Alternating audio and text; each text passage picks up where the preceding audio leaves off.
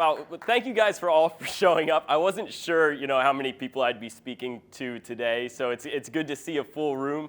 Full disclosure, I am a little nervous to do this. This is my first big industry event that we had.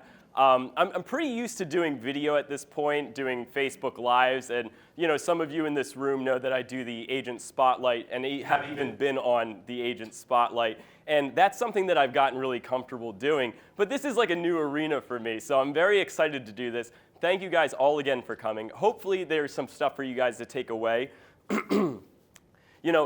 When I was coming up with the name for this, I knew I was going to be doing, something with video, something with social media, because that's really what I was diving into for the past few years and getting good at. And, our director of marketing, Art, who's working the camera in the back, when I told him this name, because I run everything past him, I'm just like, what about calling it the social media multiplier? And he asked me, just flat out, he said, what is the social media multiplier? Are you the one that's multiplying social media? I was like, not really. He's like, well, is it video that is what's multiplying your social media efforts? And I was like, yeah, kind of, but it's more than that, right? It's about the science of social media and how to best work the algorithms and how to best use these systems in order to, help your efforts. Because I know from personal experience, I wasn't sure how things worked. I would post and there would be no science behind it. I would post something and I wouldn't understand when people were going to engage with it and why people would engage with certain things. And then over the past few years, I did a lot of research. I worked with Carl, I worked with Olivier, and we really got down to the bottom of what actually works and what doesn't work. So that's going to be a part of it. We're going to talk a little bit about lead gen. We're going to talk about generating buyer leads. We're going to talk about generating some seller leads. We're going to talk about teams, which I know that we have some team members and team leaders in this group. And then we're going to talk about how we can grow these teams in general and how we can help retain the team members that we already have. A couple things that we're going to unpack. Again, we're going to start with the science of social media. We're going to talk about lead gen. We're going to talk about the hierarchy of communication, which I'm excited to go over this one because I didn't think about communicating in the same way that I do now, right? It's like there's different ways that we can communicate, whether it be person to person, using video, calling people, texting people, and this is something that we're going to unpack. There's levels to it, right? There's different ways that you can communicate that are going to have a higher effect than others. And I'm really excited to go over that stuff with you guys because intuitively you might already know, but until you really start thinking about it, it's really going to make a better difference for you. And then strategies for team growth, and then I'm going to have a rant on video as I normally do in general. So. This slide I'm pretty proud of. It's blank right now, don't worry, there's pictures coming to it. But these are all pictures from the Agent Spotlight, which some of you guys know that I do. And the reason in which I chose these photos aren't just because they're some of my favorite interviews that I've done, but there's a bigger picture behind it, right? And we have Nick Bailey, the president of Remax. You might be thinking, why did he put Carl up there twice? That's actually Wayne Frederick at the top. Carl's in the middle.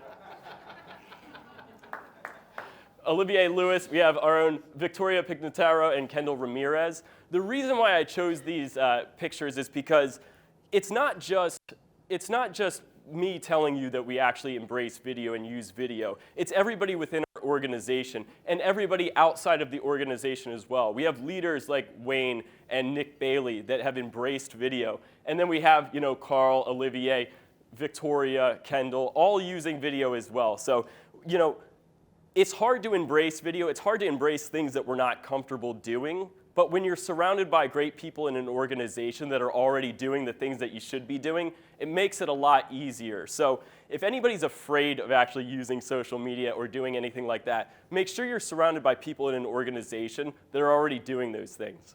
And again, I started in this position 2 years ago, Director of Business Development. I'm in a growth role. I was never really passionate about selling real estate. I'm passionate about seeing other agents grow their business and growing the company in general. This is one of my favorite quotes. You can't build an adaptable organization without adaptable people. And the individuals only change when they have to or when they want to. I think that goes without saying. I didn't want to embrace video. I needed to in order to grow my business. And I think that if anybody went to Wayne Frederick's training last month, you'll know that it's very important that we bridge the gap between us and our clients. So the science behind social media. Facebook and Instagram broken down in a way that you guys can understand, because when I was looking at Instagram, when I was looking at Facebook and trying to understand the algorithm, I was like, man, this is complicated. But when you actually think about it, it makes a lot of sense. So what is the Facebook algorithm? It's essentially, it's a scientific way of it breaking down these posts and organizing it in a way that it puts you in front of a post that you're going to engage with. And that's something to think about as well. It's not just, oh, is this a post you're going to like? And we know that we see a lot of political posts on Facebook. You're not always engaging with something that you like. You're engaging with something that is going to make you feel a type of way about something. So social media is constantly evolving. Going to this, I'm not going to go over every single point on this picture right here, but it just goes to show you that Facebook started in 2004. In 2007, it started with the like button. 2017, we started going with different reactions, like the heart reaction, so you loving something, the laughing emoji, you're finding something funny, and also like the anger emoji when you're just flat out refusing to agree with somebody. But just to show you on this slide right here, it's always evolving. So the good thing about this presentation is that I know that I could do this year over year and be able to add something to it, because we always talk about how the real estate market changes by the minute, and social media is very much the same way. Things that are popular today or things that are used today are often not used a few years down the line. And I remember that even 2 years ago, it was Carl obsessively talking about Clubhouse. And we were all on Clubhouse for a hot minute, maybe like 2 months. I remember he started a room with it. It was me, Carl, and Olivier, and we're like, this is going to be the next big thing. And now I don't know anybody that actually uses Clubhouse at this point. So latest Facebook statistics. So the average reach for an organic post, and then we're going to be talking about the average engagement rate for an organic post. So just look at these numbers, and you're going to probably realize this too as you've been on social media for a long period of time. What's happening right now? Right? In 2018, it was 7.7% engagement or reach for an organic post. 2019, it went down to 5.5%. 2020, it's down to 5.2%. Where do you think it's going to be for 2021? Do you think it's going to go up, or do you think it's going to go down? That's what I'm thinking as well. Is that because less people are using Facebook? I would disagree with that. There's more people on Facebook than ever. What is actually happening is that there's so much more content. There's so much more inventory of things happening. And with the algorithm in general pushing other things, that most people's posts are not getting seen by everybody. So I remember back in high school, I could post, hey, I went to the mall today, and I would get a bunch of engagement from that. And why? Because there wasn't as much that was going on. There wasn't an algorithm that was so complex that it was taking people's opinions of something and then determining whether or not it was going to go in front of it. So I think it's important to realize that, yes, although a lot of people are on Facebook, just because you're putting something out there doesn't mean it's going to reach a lot of people. And we have to keep trying harder in order to get our posts reached to other people. Yes, Sharon? Do you think that Facebook kind of restricts who sees our posts as well? And before you know it, your group is getting smaller and smaller because of the algorithms? Yeah, and we're going to go into that. It's absolutely true. That the way that the algorithm works, depending on who you're engaging with on a regular basis, it's going to do that. It also, interestingly enough, it tries to create a balanced news feed, right? When you're looking at your news feed, you're going to see a mixture of posts. You're going to see a mixture of different types of media, like video, links to things, pictures, and whatnot. So what do you see most often? People are just doing a text post or a picture. That's why if you do a video, it's going to fuel that algorithm and say, okay, we want a more balanced news feed, and it has less videos to push, then it's going to put your video within other people's feed. You're going to get more engagement as a result of that. Is there more engagement in a live video versus pre-recorded video? We're going to get into it. It's not that there's necessarily more engagement. It's about what they push. So anytime I'll go live, if you haven't muted me already, from the amount of times that I go live or that Carl goes live, it does send a notification that, hey, Jason Rivera has gone live. And that's going to allow someone to click on it and then go to that post itself, right? So the average engagement rate for an organic post is 0.25%. As of 2020, and I think that number is going to stay fairly stable. So I used to look at the amount of views that I would get for a video, because I can see on my end, it'll be like, okay, I do an agent spotlight, it gets 500 views, and I get like 50 likes or comments on it or something like that, and I'm like, oh man, that doesn't feel like a lot of engagement. But as I look into the average engagement of an organic post in general, I'm just like, those numbers are actually not so bad. So obviously, what I'm going to be talking about is ways to work with the algorithm to get your content out there. But I must urge you guys that it's not just about the working the algorithm and getting people to like your stuff and comment on your stuff. If your posts are not quality material, then nobody is going to engage with it. So I can tell you all of the tips and tricks to actually work the algorithm, but at the end of the day, if you're not putting out good content, it's not going to be picked up by everybody. So Facebook algorithm in 2021, I'm going to break it down a little bit. It takes all of the posts within your network. So the people that are in your group, if you have 2,000 Facebook followers, it's going to take the total amount of posts that are within that, and it's going to calculate that as the inventory. So the inventory of the amount of posts that are in your network. And then after that point, it's going to determine what you most likely are going to like and not like, run it through another algorithm on top of that, and categorize it based off of various things. So obviously the algorithm regards posts based off of your past behavior, runs a neural network to score the remaining posts, and then create a hierarchy for what it thinks you're going to like and dislike. And then it's finally going to rate it as a cross-section between the different media types, obviously. So if you want a more balanced engagement rate, you have to be posting multiple things, not just video, but also pictures, and also make sure that you have long-form text, which we're going to get into all that stuff. So Facebook algorithm ranking system, relationship with people in general. If you see me commenting or liking other people's photos, they're going to show up on my feed first, primarily. Anybody that I'm engaging with. And we're going to get into this more too, but if you're posting stuff and you're expecting engagement and you're not engaging with other people's posts, what do you think is going to happen? Not only are those people just not going to engage with you, but it's just not going to work in the way that you want it to. Like, you have to engage with people like you expect to be engaged with. We're not all celebrities. We have 10 million people following us that are going to engage with our posts regardless. No, it's like you're on this community of Facebook, and how would you act in a community in general? You have to build each other up. You have to engage with other people's posts. If you're not doing that, you're not going to get any of that. So popularity, based off of how many likes and posts it gets, content type, and recency actually does matter. And we're going to get into the times that are best for you guys to post and whatnot. But at the end of the day, yes, posting in the morning is great. Posting in the evening is great. Posting at 3 o'clock on a Friday during the summertime is not so great. And I've learned that from experience, because I used to put a lot of my videos out towards the end of the week. And again, if it's the summer and people are already out on showings, or people are enjoying their lives and going to the bars and whatnot, they're not going to be in front of their computers. It's not going to get fed through the algorithm. You're not going to get any engagement. Tuesday mornings and afternoons are actually great. So helpful tips. Live videos, as Sharon was saying before.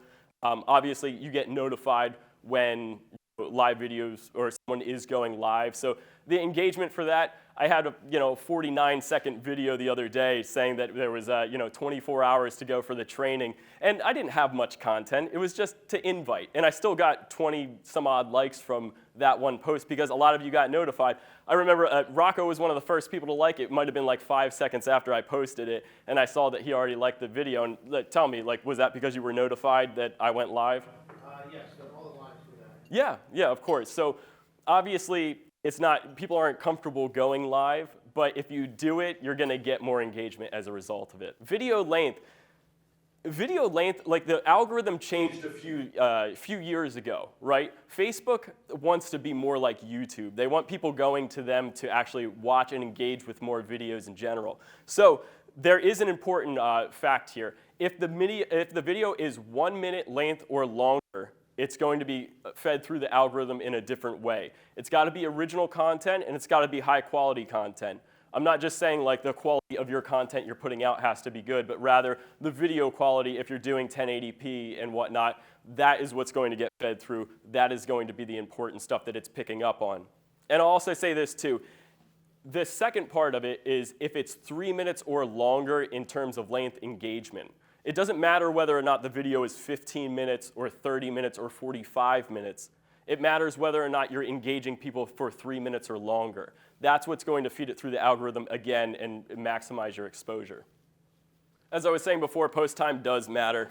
Again, don't do it at 5 o'clock on a Friday. No one's going to see it. Going back to video length, so you're saying based on the length of the video, you head through the algorithm in a way? Yes, it prioritizes longer One videos. better than the other, one favorable to the other, or not? Well, okay, so obviously live videos are like a hack to just notify people that, that you've gone live, and it's going to notify everybody in your network that hasn't blocked you already because they're annoyed of your videos. But the video length at that point too does matter, so it picks up longer videos in general. If it's a minute or longer, it's going to feed through the algorithm. And then if you do have a video that's longer than 3 minutes, it's about the engagement time for that video. If it sees that people are watching it for 3 minutes or longer, that is obviously going to be one of the top tiers that it scores it when feeding it through the algorithm. So it is very hard, to get people to engage with a video for 3 seconds. We're going to go into a little bit about the statistics about, how long people watch these videos in general, how quickly people are willing to scroll past it. It's very hard to get 3 minutes of engagement, but it is possible. I don't think I've done it yet. So comments and replies boost posts. You guys see we're commenting on each other's pictures and videos, especially within the company. We're not just doing that because we want to comment, hey, great job, but we're also trying to support that post and get more people to see it. That's why commenting and liking on those posts means so much. And obviously, anytime you heart or love something over like is a higher ranking on the algorithm, and we'll push it further than that. So if you want people to engage with your stuff and you want more people to see it, know that you have to feed through those things and actually do that. Post engagement, likes and shares. Same thing we were talking about before. If somebody shares your post, it's another way for Facebook to say, hey, this is quality material. People that aren't even associated with are sharing this post. It categorizes it as people actually liking it. Is there a way around the algorithm? Does anybody know the answer to this? Raise your hand if you think that there is. Okay, raise your hand if you don't think that there is. Okay, so if you raise your hand that yes, then yes, there is an actual way around the algorithm, and that is Facebook and Instagram stories. It's the best way to be able to get people to engage with your content because it's not feeding through the same algorithm. It just appears at the top. If you've noticed and you've added anything to your stories, you're going to notice that more people engage with your stories in general, right? So best practices for Facebook stories and Instagram stories. It's called a story for a reason. You got to create an actual story. Don't just post a picture of a house. Don't just post a video of you walking through a property. That's not what's engaging to people. Somebody who couldn't be here today that I actually included a text message that he sent me in preparation for the training because he knew that I was going to be talking about this. His name's Jace John. He joined our company about 1.5 years ago. He's done extremely, extremely well leveraging social media. He's one of the best in our company at actually doing it. He's doing amazing in his business, and he spends $0 on Zillow for buyer or seller lead generation, and he gets more than he can even handle.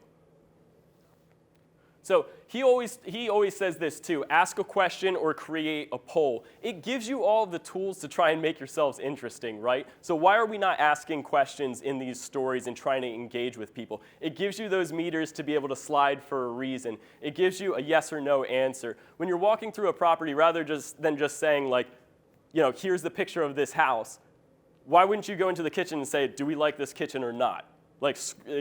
Scroll the bar if you like this bathroom. Scroll the bar if you actually like this. And people will engage with it. People think that that's actually fun. And he gets more people engaging with him that way than he does on a post, just of a house or even just a post of a client that, closed on a property.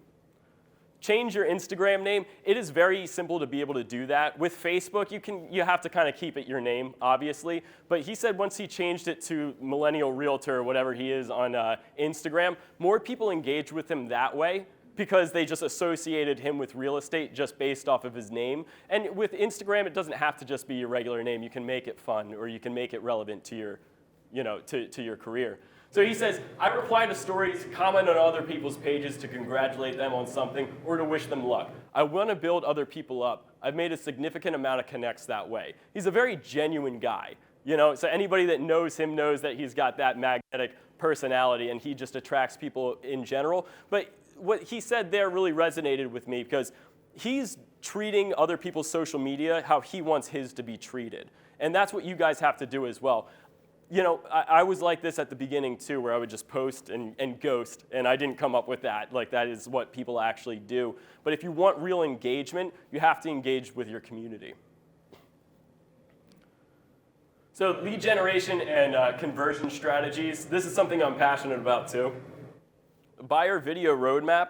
I help design these different video strategies for our agents that are looking to utilize more video to increase their business, but don't really know where to start. And all of the material that we provide for our buyers can be leveraged as video. And a lot of the stuff that we used to do and just hand people within our company, we've leveraged as video as well. And it's seen great results. So just a few ideas for you guys. I've included some of the video lanes that this stuff should be that I think are going to be helpful too.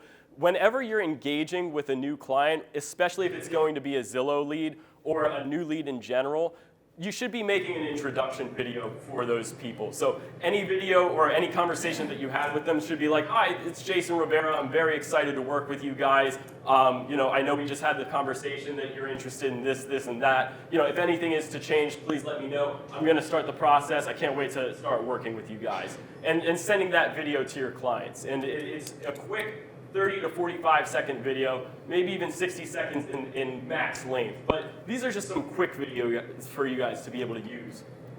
Getting pre-approved, like how many times do you have that conversation with someone in person and it just doesn't land? You forget to have that conversation, and then you send them a text, or you send them an email saying, hey, have you gotten pre-approved? You should really be making a video stating the importance of pre-approvals. And I know we have Mike Levine in the room. We have Joe Ursioli with our company. We have quite a few mortgage lenders that would be more than happy to help you guys really strategize the way in which you should be explaining the importance of the mortgage process and the pre-approval process. Appointment confirmation and instructions, submitting an offer. You could go down the entire line of the transaction and make a quick video about that. And I promise you, people engage with this stuff more. Your conversion rate will go up if you're making videos because people are engaging with it more. And when we get to the hierarchy of communication, you'll understand why. Renting versus buying, any market updates, all that stuff is good video content for you guys to make. Seller lead generation strategy. I know that you guys are probably a little bit more interested in this than the buyers. I've seen and implored people to use these strategies before, and they definitely work. And some of them that I haven't seen anybody do yet, but I would be excited to have someone see. So proactive CMAs, you guys have heard us talk about this before. It's essentially just proactively going to a client, creating a CMA for them, doing a screen record or a video record of you explaining what their home is worth, and then just sending directly to them. Even if it's unprompted, even if they didn't ask for it, you can say, hey, listen, you know what, the market across the board has increased by 30% over this past year. I just wanted to let you know that your home is worth X amount. If you're interested in selling your home, or if you're interested, or maybe you made a change that I'm unaware of that would affect the value, please reach out to me and I'd be more than happy to update this for you. FSBO, Facebook, or YouTube page, we have a lot of material for sale by owners and expireds, right? And we have these different campaigns for you to be able to mail stuff to people or call and follow up with them. I haven't really seen anybody, maybe there's somebody in this room that could be proving me wrong, but it has a Facebook page or a YouTube page. Actually have the steps to get your home sold as a for sale by owner and making videos around that. And then just actually having a Facebook page that you can email those links directly to these people, or for them to be able to find on their own, or for you to email that link that they can actually engage with and find help with. You could also do that on YouTube as well. I think both platforms are good. But having all that information in one place for them to be able to use. And then if you have an email or a CRM program that's going to automatically send out to these people, once you have their email address, that's the drip campaign for them. You don't have to keep making different videos for different people. You can if you want to, but they should be bankable videos that you have sent directly to these people. You could do the same thing with expireds. I personally think for sale by owners are the target for today's market. I mean, I know a lot of you in this room are probably targeting for sale by owners right now. And if you're not using video to leverage those, especially in a competitive market like this, you're not doing things to the fullest extent, in my opinion. Past client Facebook groups, you should be utilizing video and creating Facebook pages based off of that as well. Market updates, how to get your home ready for sale. These are all just like small video ideas for you guys to be able to post. But I know a lot of people have problems with thinking of content. I struggle with the same thing. There's plenty of websites out there. Coffee and Contracts is one that one of our team members or one of our individual agents that I hired, Alina Garrison, uses. And it's a calendar with everything that you need to do for that month. It gives you ideas. You don't have to do everything on the list, but if content is what you're struggling to do and keeping everything organized is what you're struggling to do, coffeeandcontracts.com is a great place to start. I don't know how much it is. It can't be that much. Alina's paying for it. She's not going to spend a ton of money on that kind of stuff. But that being said, if content creation and adhering to the process is something you struggle with, coffeecontracts.com. The hierarchy of communication. So I love talking about this because I don't know why it just blew my mind when I heard this for the first time. But who here thinks that there's like a difference between having a conversation in person versus having a conversation on the phone? Have you ever really sat and thought about what actually works best? And how would you rank those communication skills, and how would you rank those interactions in general? Well, there's two ways. There's the old way, before social media, and then there's the post-social media era that people are engaging with. So how should you communicate with clients? So the old way, the primary one, the best that you're ever going to do in general is going to be a face-to-face conversation. Can anybody guess why a face-to-face conversation is always going to be best? Trust factor. Sure. They get to pick up, yeah, right. I think the demographic of who you're speaking, your audience is important. Yeah. So the old way, someone a little bit older maybe will prefer that face-to-face. Yeah. The younger audience might prefer the text. I would argue that everybody is going to have a better chance of conversion and communication face-to-face because there's different factors, right? You can see me, you can read my body language. You can probably tell I'm still a little bit nervous to be up here. But in general, you can absorb more information. I'm giving off more information because you can see and you can hear me. So that's always going to be the best communication. If you could do it face-to-face, people do recognize that and feel the connection in that way. When you do a phone conversation, obviously you could still hear the inflection in someone's voice. You can still hear the conversation. You can still say oh, maybe they took that in the wrong way. Let me explain myself, rather than putting it into text and not knowing how somebody's receiving that information. But a text message is more direct. So you get to have that quick conversation. If there is anything that needs to be clarified, it's easier to be able to communicate. If you send an email to somebody, they take that, they'll read it whenever they read it, because people don't get to their email as fast as they do to their phone. And then however they're absorbing that information, however they're engaging with that, I know I've gotten an email, I know Jeff's gotten an email, that you take a certain way, and then when you speak to them on the phone the next day, they might not have meant it in that same way, but you took it in a different fashion. So it's just not a great way to communicate. Wayne Frederick told me to put smoke signals up there, as being like the lowest form of communication. He thought that was funny. I happen to agree with him. The new way, face-to-face, again, is always going to be the best. Video in a two-way communication, I believe, is going to be the next after that. Why is that? Because you can still see my body language. We don't have the same connection as being in the same room, but like a Zoom call or a live interview or even just video in general, you can still read my body language. You can still hear the inflection of my voice. It's still a better way of communication. Then followed by phone. I would argue that direct messages on Facebook and Instagram are taking precedence to text messages right now. I know that some of you engage with your clients and you probably think that engaging with text message is the way to go. But if you don't have strong enough rapport or they're not somebody that you're that comfortable with yet, in my opinion, direct messaging on social media works better. I communicate with most agents that are outside of our company using Facebook direct message. And I get way more engagement and responses back. People feel way more obligated to have a conversation on Facebook DMs than they do with a text message. So I implore you, if you've been reaching out to a client that you actually have on social media and they're not responding to you, try Facebook direct message. It'll work, or you'll have a higher chance of it working, trust me. And then obviously, text message after that, great way of communicating. Email, and then if you wanted to put smoke signals under that, you could as well. So individual and team growth, 5 steps to productivity. So we talked a little bit about video. Now, how do we implement this kind of stuff? We talked a little about the things that we should be doing, but how do we as individual agents and how do we as team leaders inspire growth within ourselves and within our team in general? Well, there's 5 ways. 5 ways. I don't think that there needs to be more than this to actually inspire productivity. Starts with information. So providing information to your people, getting information for yourselves, like at an event like this, right?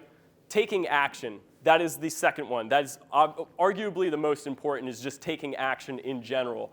Accountability and inspection. Having somebody adhere or help you adhere to your own program, and also to be able to inspect your business and to be able to look into it and say, like, okay, these are the changes you should be making. Then skill building, doing those role-playing conversations, working on how you're dealing with buyers, how you're dealing with sellers, and then to recommit and to take action again needs to be the last thing that you do in order to inspire productivity. I cannot stress enough how simple that it should be in order to adhere to a productivity standard. And I've learned this from my role as being on someone else's team to also working within the company as well. This is the stuff that actually works.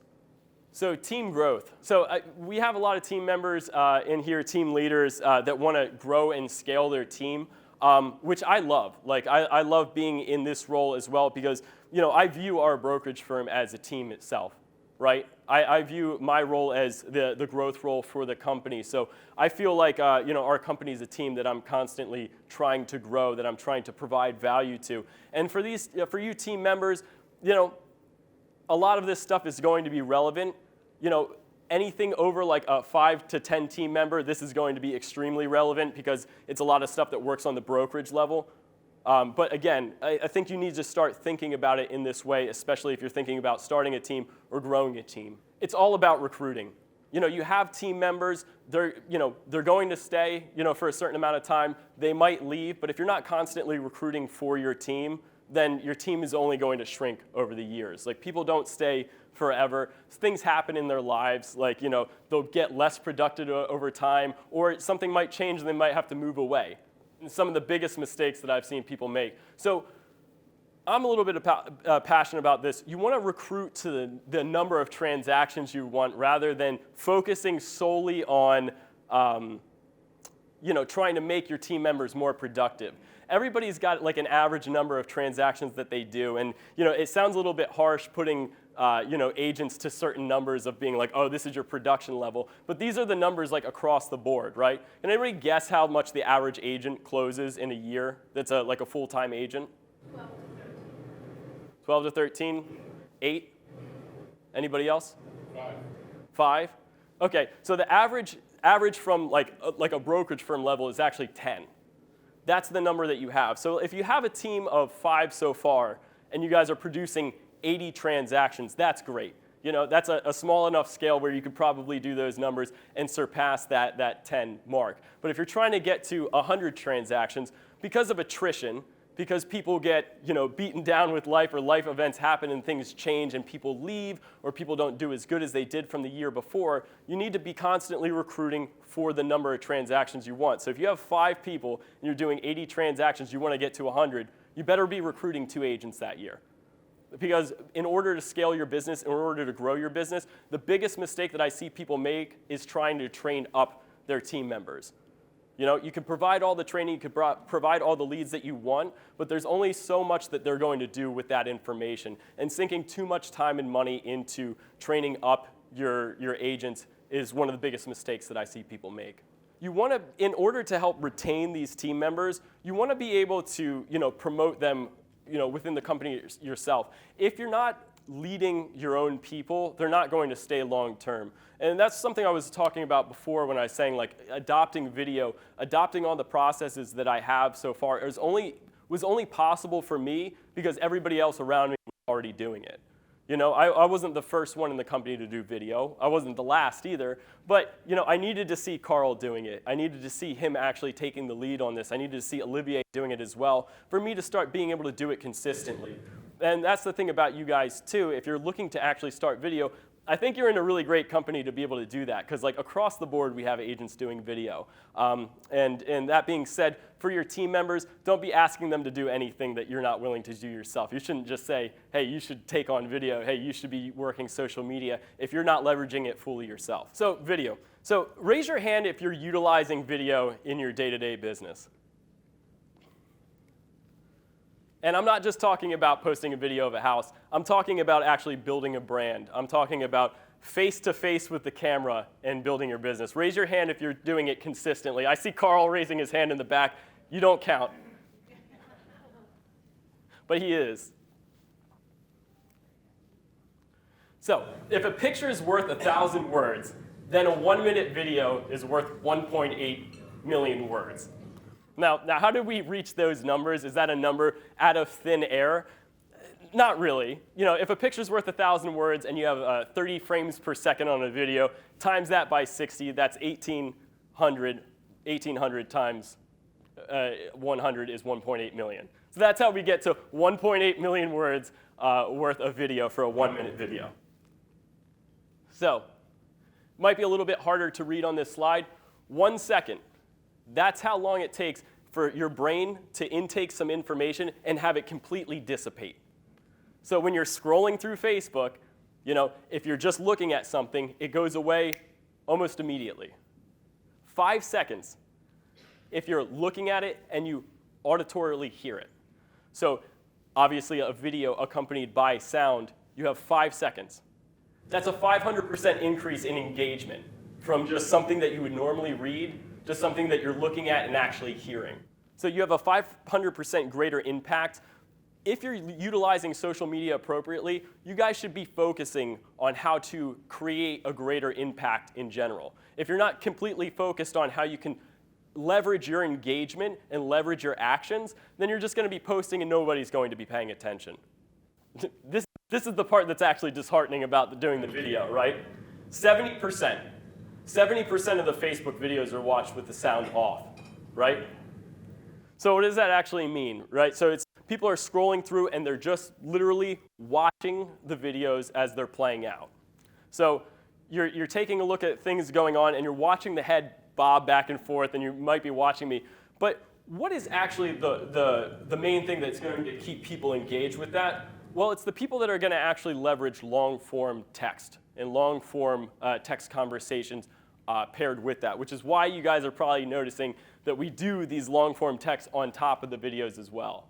Long-form copyright, I think, is completely underrated. The type of people that are, the people that are actually leveraging video that are also leveraging long-form copyright are the ones that are going to keep winning at the end of the day. And I didn't get credit for taking that photo, but I did. I think that's a great photo of Carl, by the way. But this isn't a video. This is a still frame shot, right? And what did he do? This is the text that he put above that picture, right? And what does it do? It tells a really good story about how he gets started in the business and how everything he's done up until that point has helped him build his career to this point so far. And he got 220 likes and hearts on that video. I'm one of them, as you can see. You know, so what does that stuff actually mean, right? It kind of ties everything that we're talking about together. If you're not creating quality content, people are not going to engage with it. Yes, video helps you get in front of people, but it's not going to be the thing that makes everybody like and heart on your videos. Yes, Sharon? Jason, not to interrupt you, but how do you do that? How do you do what? The long form copyright. Sure. Like anytime you post a video or you post, a picture or you make a post in general, you can write as long as you want. Usually you see up into that point where you can see he stopped putting emojis, right? And then you have to click to see more. People click that see more all the time. If they see that you're actually engaging, if you're posting emojis, if you're trying to strengthen your engagement. And if you've ever received an email or a text message from Carl when he's in a rush, like you'll notice that he might spell something wrong or something like that, and he's just trying to get this information out there. And then he might post something like this, and you're like, he's a literary genius. Just to chime in on that is, so I never post anything without seeing see more, because I want somebody to hit see more to what it is. And if you see how I post, I space everything out. Because if you do one long post and it's just one big paragraph, nobody's really going to engage with it. So I'm a terrible writer. I have a master's degree, and my brother, when I was in graduate school, used to have to edit my papers because he is a published poet. Very different. But what I do is I use an app called Otter, O-T-T-R. It's used by a lot of authors. And what I want to write is I say it, it'll transcribe it into text, and it's a free app. And then I copy, paste it, I reread it, and post it. But some of the biggest engagements I have in my posts are a picture with a long form copy. I did another one 2 weeks ago with Olivier, talking about our 4-year anniversary of our Cranford office. And I got hundreds of engagement, I got a ton of engagement on that. So, and then what I do is if I post something like this, what I'll do is one day when everybody comments, I'll go through and love the comments, and then a day later I'll respond to some of the comments, a day later respond to some of the other comments, a day later respond to some of the other comments, and you're just boosting it back up through the algorithm. So Carl, you didn't actually sit here and type in all that, I guess. That one I did. That one I did. But a lot of times you use Otter. A lot of times I use Otter, I copy paste it. If it's a video, I then use a service called rev.com. Jason, if I'm getting No, please, go ahead. rev.com, and it will transcribe my video, and then I just copy and paste it, because not everyone's going to watch the video. But some of the biggest engagement posts I have is things off that. And I'm pretty meticulous about when I post. I'm usually posting at 7 a.m. to 6:30 a.m. I do live videos at 5:30 a.m. There's a lot of people that are following me. I want to show that I want to lead by example, and that I'm already getting after it at 5:30 in the morning. Because you can tell people or you can show people. Right? Marketing is showing people what it's like. So I'm very meticulous with that. And some people think I'm crazy for going live at 5:30 in the morning, but I'm up. My brain's already going. Otter, I think it's OTTR. Something like that, yeah. Yeah, and that just goes to show you, he's factoring in a lot of different things here, right? But we know that people aren't necessarily watching our videos with the sound on. If they are watching the videos with the sound on, then they're recalling, there's a 30% chance that they're going to remember or retain 30% of the information 3 days later. That's 30% chance to be able to increase your market, increase your authority within the community, increase your brand in general. And he talked a lot about what I wanted to talk about this post, but he created a story around it. And what we were talking about before, it can just be a picture, but if you're not creating an actual story, if you're not engaging people in general, your posts are not going to be getting the same engagement. Yes? How long is long form? When you say long form, how much content is differentiated? Yeah, that's a great question. I'd say once you get through the see more, if you're actually, a post like this, you know that this is long form, right? I would say anything that's in paragraph form, that's telling an entire story that you have to read through and space out like this, that's what I'm considering long form. Because what do we know from Twitter? What do we know from all these other Facebook posts? That people are posting maybe a sentence, maybe 2 sentences, right? But if you're not creating a story or you're not creating text on top of the videos, because 70% of people aren't watching it, the real way to get them to engage further, if they're not going to listen to it, is to have them read it. And they will read it if they see more there. Yes, Jeff? Something I just found that you're able to do, I don't know if you can do it on an iPhone, but on an Android. Let's hear it. You can actually go to a advanced setting. It's called live caption. Yeah. And as it's speaking, it's automatically putting the words into your video. Yeah, absolutely. Absolutely. So if it's popping up and that person has closed captions on, we also add like a lot of the captions to the videos as well, and that's a great point. That's something that helps out with a lot with engagement as well. But people, the copywriters, because you don't want to just have the video say what it's actually saying, because it's probably not as well thought out. Like if I do a 5-minute video or a 10-minute video, it's not going to be as concise.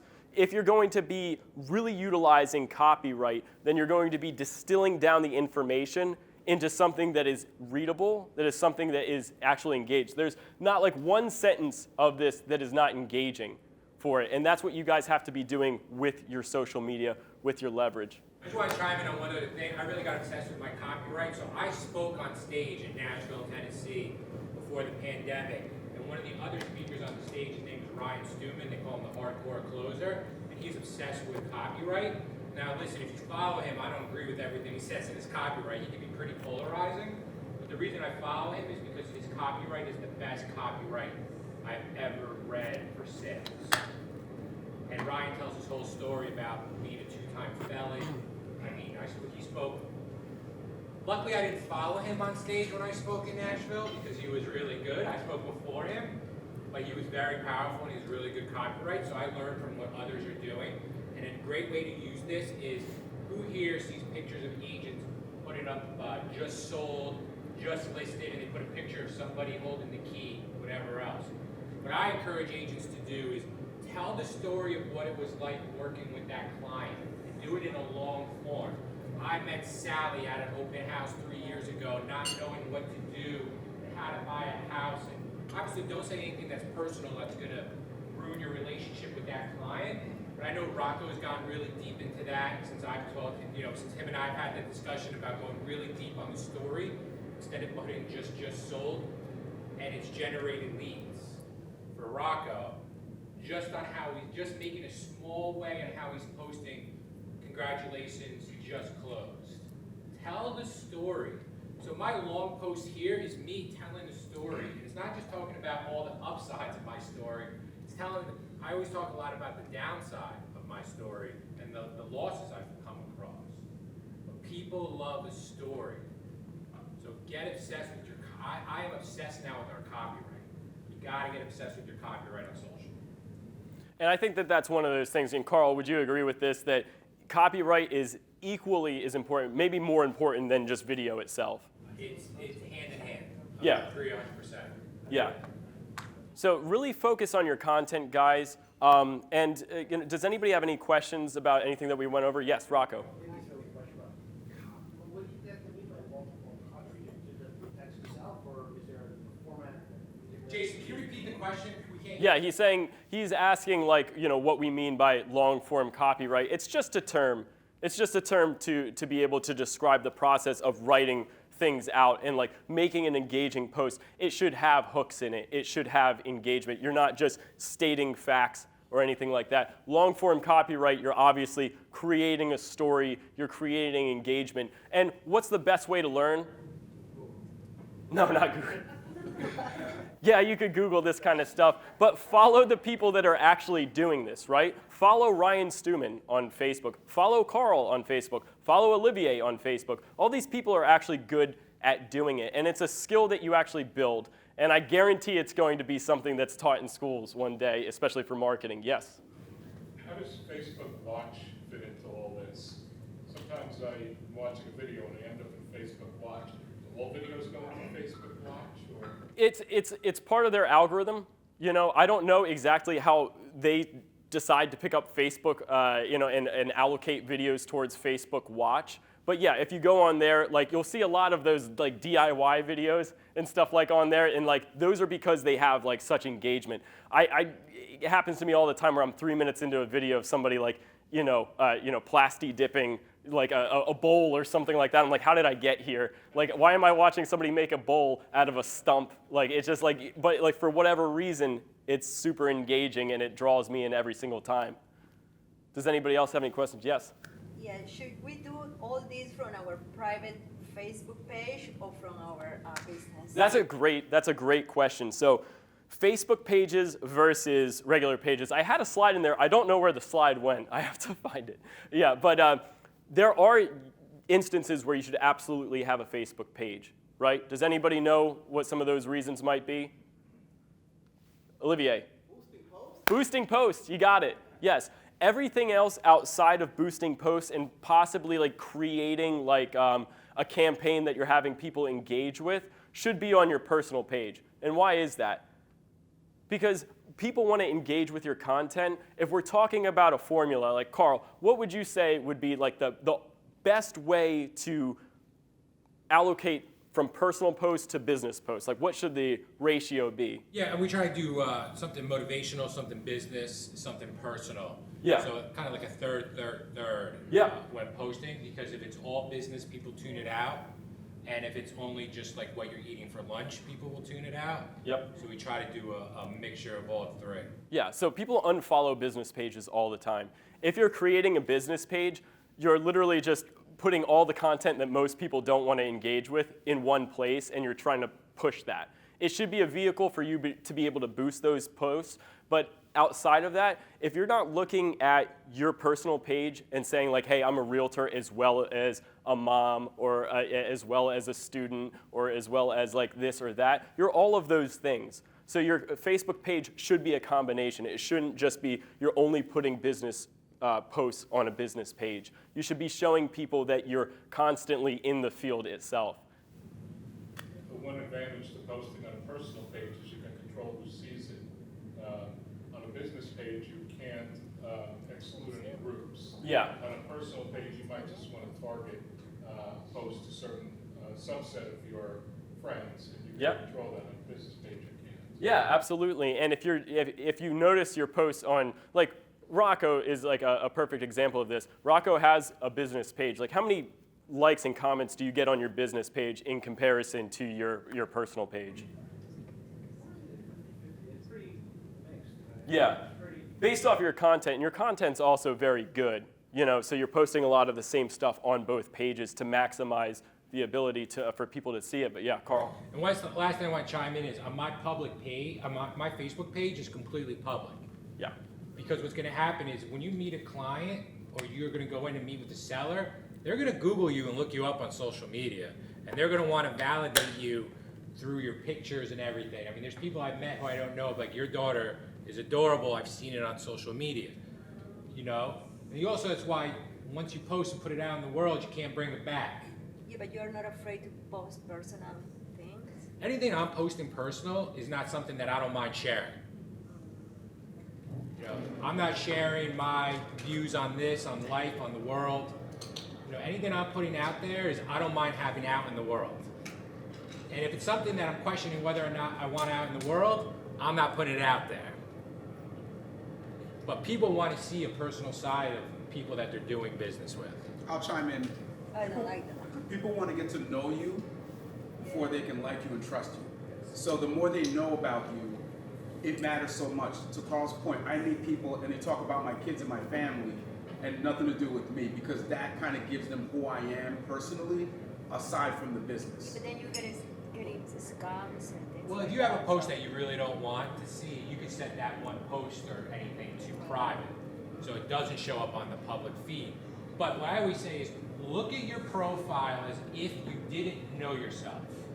So what I mean by that is there's a way in Facebook that you can see how other people view your profile, so you can set up exactly what people are seeing. I mean, I've even calculated down to the pictures I have in the 6th box on your Facebook. I mean, that's a whole other thing.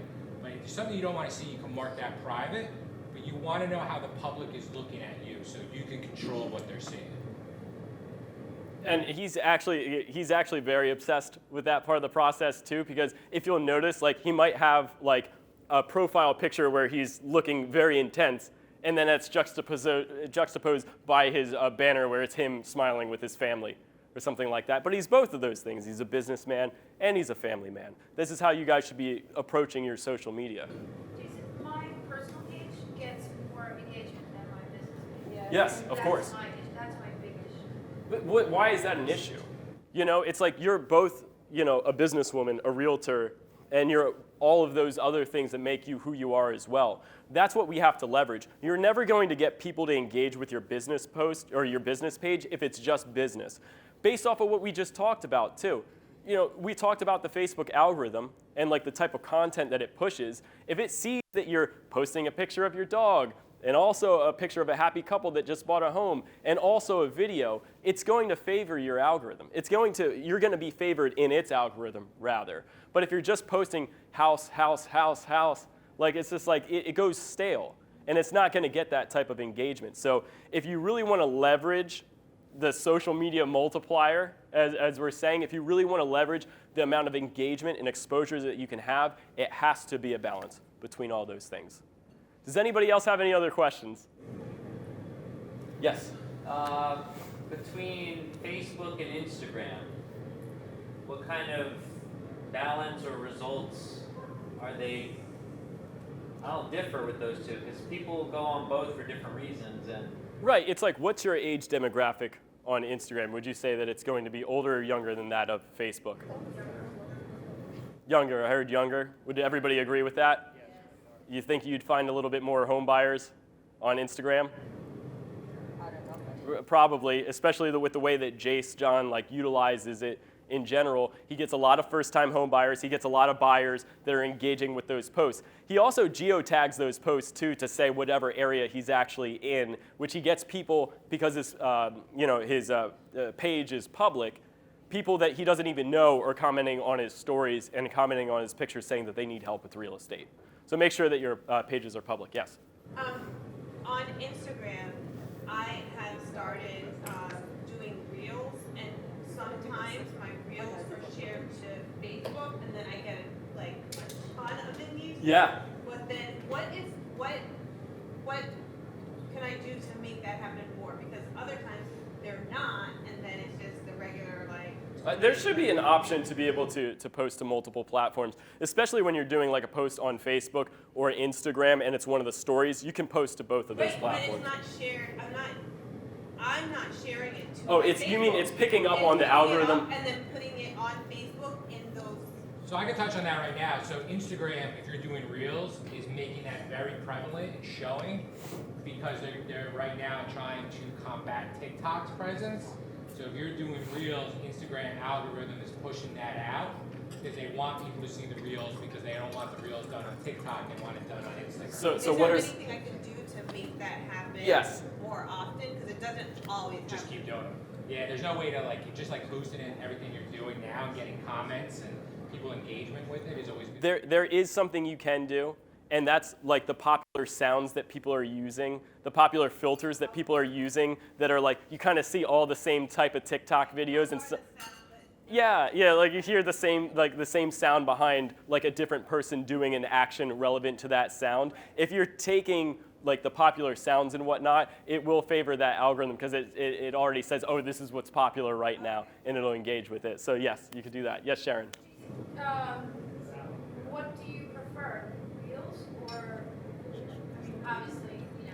I'm a we're Facebook talking guy. about Like video, but- all realtors in general are on Facebook. I don't even see my friends' posts anymore. It's just realtors because those are the people that I engage with the most, right? If I see something that Jeff sold or something that Rocco sold or something that you sold, like I'll engage with those posts. So my entire Facebook feed is all realtors, and this is what I spend most of my time on. Because on my Facebook, like right now, I can see Reels. So Mhm. that's being posted through Facebook or through Instagram, and then the Instagram is tied together with Facebook. Well, yeah, Instagram and Facebook are by the same company, so they're constantly feeding each other.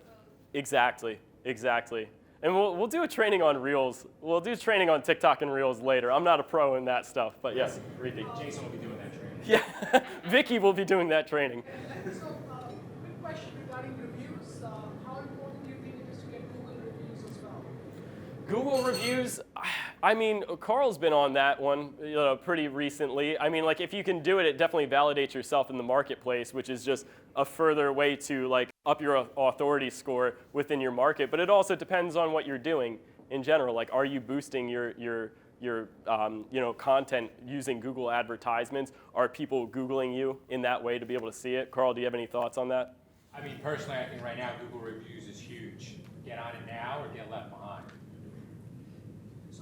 you, I mean, see, when we ask a client for a review, I mean, I usually go with Zillow and it's worked well, but, you know, asking someone to write, so should I just push more of Google? I would push Google reviews. Google reviews. I would push- Also Facebook reviews, I wouldn't push Facebook reviews. not Facebook reviews. They won't get seen. No? You want to have, you know, I would do Google reviews. Google's going through a whole thing right now. Google local service ads, which I've talked about. You know, if you're searching best realtors, you're screened by Google. I mean, this is a whole nother training. But you have to have your Google profile and you have to be getting Google reviews right now. We could do an SEO And do training. it now because they're making them harder and harder to get. They're scrubbing them more, like they did with Zillow. And it's only going to get harder. So I would be on that right away. Are you sending the link for Zillow to get, for them to type the review? Yes. So what a lot of agents are doing is they're just sending both links, just copy and paste the same review to both. Oh, okay. Carl, I have a program through HomeSnap where I actually send an email through HomeSnap to my clients and requesting a review, and then they post the review on HomeSnap, and then it gets pushed out to Google. Is that similar to what you're talking about? I'm not really familiar with the way HomeSnap does it, so it's tough for me to answer. But I would just say, you know, wherever you have your Google profile, like a business profile, Right. just make sure you're getting, and if HomeSnap's doing it, great, continue it. But I would just continue to do it, you know. Who here is interested in the whole Google reviews thing and Google Ads? We'll do a training on that. We'll do a separate training on that. I could unpack a whole, I could go real deep on that. Yeah, maybe that'll be the next one. But guys, thank you all so much for coming. It was really fun to be able to do this for you guys. Thank you, Carl and Olivier, for helping me do this, and thank you all guys again for coming. I really enjoyed doing this. Great job, Jason. Thank you. Great job.